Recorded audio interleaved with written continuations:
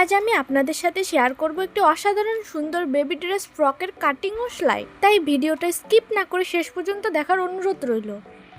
আমি এখানে একই মাপের দুটো কাপড়কে কেটে নিয়েছি। লম্বায় 44 ইঞ্চি আর চওড়ায় হচ্ছে 27 ইঞ্চি।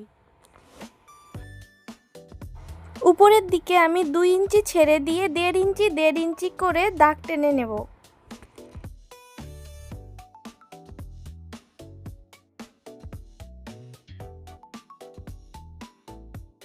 1.5 ইঞ্চি করে দাগ টানা হলে নিচের দিকে আমি আরও 2 ইঞ্চি ছেড়ে দেব।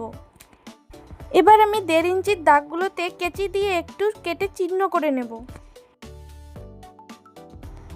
এবার আমি প্রতিটি 1.5 ইঞ্চির দাগে বক্স কুচি করে নেব ভিডিওতে দেখানো নিয়মে।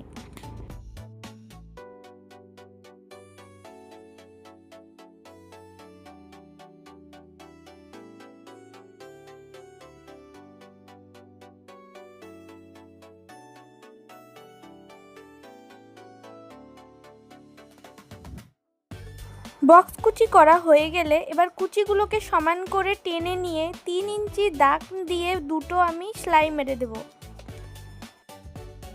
আমি দুটো পার্টেই ঠিক একইভাবে বক্স কুচি দিয়ে সেলাই করে নিয়েছি। এবার আমি পার্ট দুটোকে ভাঁজ করে নেব। আমি যেহেতু 3 বছরের বেবির জন্য ড্রেসটি তৈরি করছি, তাই আমি শোল্ডারের মাপ নিব 5 ইঞ্চি, আর্মহোলেরও মাপ নিব 5 ইঞ্চি। এখানে গলার মাপ নিব 2.5 ইঞ্চি, গলার লম্বা নিব 3 ইঞ্চি। এখানে বডির মাপ নিব আমি 8 ইঞ্চি।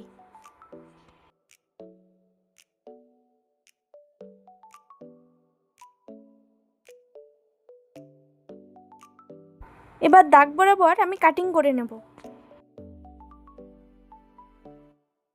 এখন আমি দুটো পার্টের কাট জয়েন করে নেব।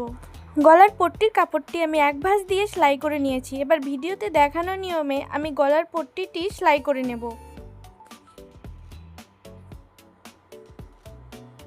আর্মহোলের পট্টিও সেম একইভাবে আমি এক ভাঁজ দিয়ে সেলাই করে নিয়েছি। এবার ভিডিওতে দেখানো নিয়মে আমি আর্মহোলও সেলাই করে নেব।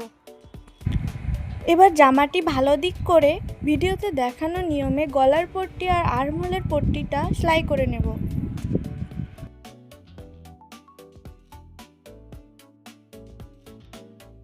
পট্টি লাগানো হয়ে গেলে সামনের বক্স কুচি এভাবে ভিডিওতে দেখানো নিয়মে সুই সুতো দিয়ে সেলাই করে গোলাপ ফুল লাগিয়ে নেব।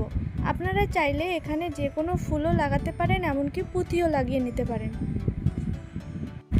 আমি শুধুমাত্র সামনের পার্টটাই এভাবে ডিজাইন করে নেব। আপনারা চাইলে পিছনের পার্টেও ডিজাইন করে নিতে পারেন। আমার সামন পার্ট ডিজাইন করা কমপ্লিট। এখন আমি দুটো পার্ট জয়েন দিয়ে নেব আর নিচের দিকে এভাবে 2 ভাঁজ দিয়ে মুড়িয়ে সেলাই করে নেব। এরকম আরও সুন্দর সুন্দর বেবি ড্রেস কাটিং ও সেলাই দেখার জন্য চ্যানেলটিকে সাবস্ক্রাইব করে দাও।